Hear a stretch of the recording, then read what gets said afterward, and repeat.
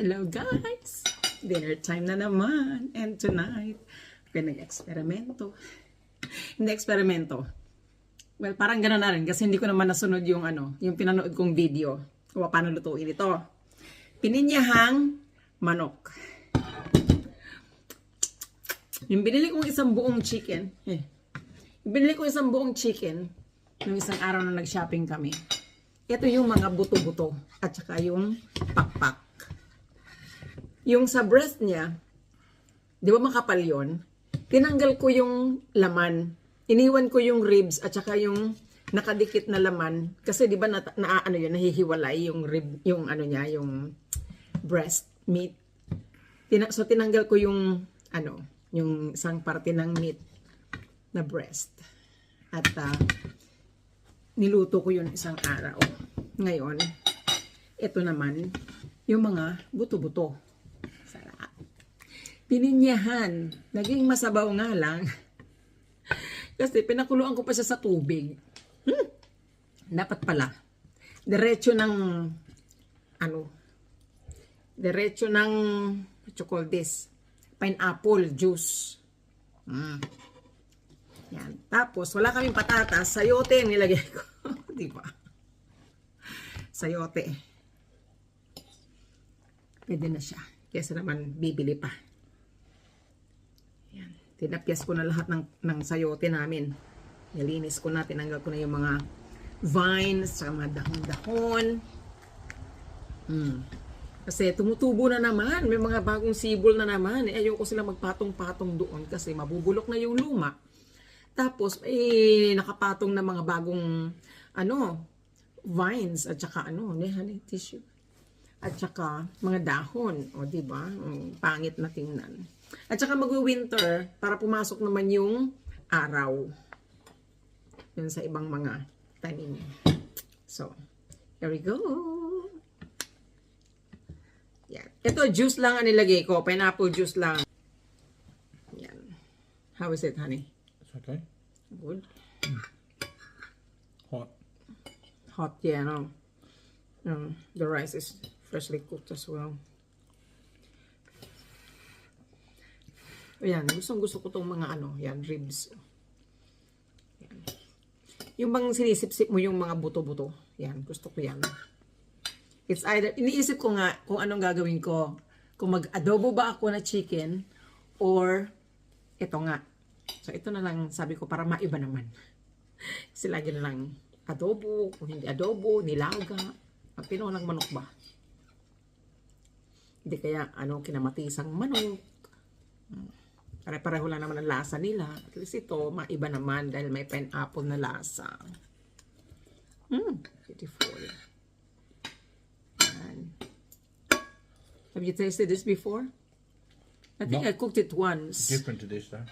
In my life. Had pineapple pieces and everything in it. Yes. Yes. Sabi sa inyo. Paiba-iba ang aking... And the juice was thicker. I know. Because I put water to boil to cook the chicken. You know? Because, I don't know. I shouldn't have put water. I should have just put the juice in and cook the meat, the chicken in the juice. It's nice though. Anyway, masarap pa din naman.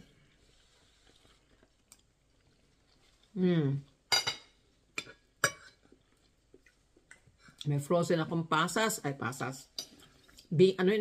Peas, green peas. Lagay ko rin.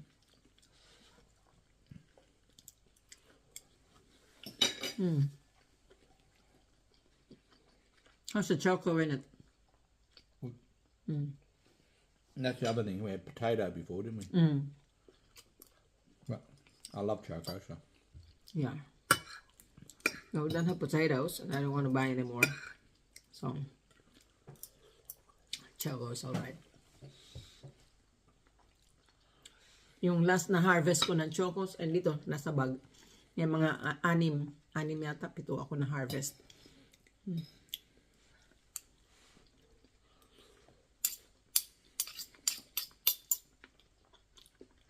And harvest 3 pumpkins. 3, 2. Yeah. Oh, did you take that? Did you get the other one? No, not yet. But be coming soon. Meron din kami nakuhang ano, sinasabi niya yung, ano yun kalabasa. Pinapahinog na lang namin. Pinapatuyo yung tangkay. Mahirap magpahinog ng ng ganyang gulay kasi malamig. 'Di ba? Dapat mainit na panahon. Sana hindi siya mabulok.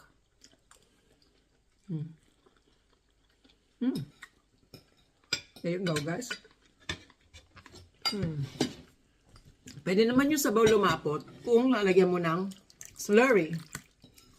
Pero, yan mo na siya. Okay na yan. Not as thick as some.